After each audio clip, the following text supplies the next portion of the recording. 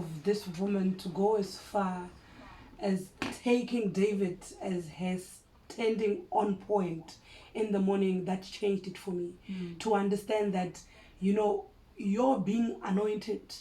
It goes back to what you were saying, being entitled, and you feel because I'm anointed, I'm called. When I get into the pulpit, everybody sits and say we want to listen.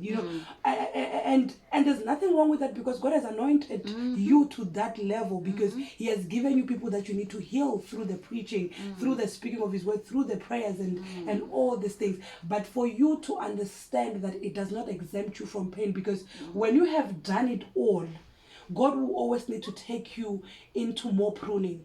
I feel like the preparation of God does not come to an end. Look at what He does to David. He anoints David.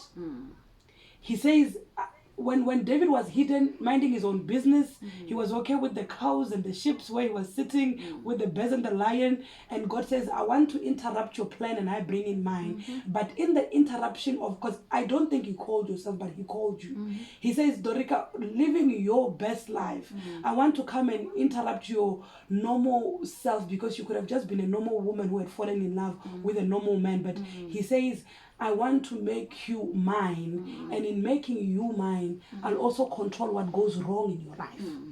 David, I anoint you to be king, but I will make sure that you go on a run for some time.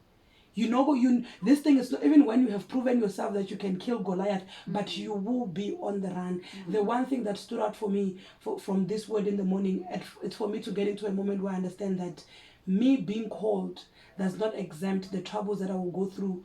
My children will still be sick. My job will be at stake at some point. The ministry will not always make sense. Sometimes people are going to come and disappoint me. Sometimes people will take away from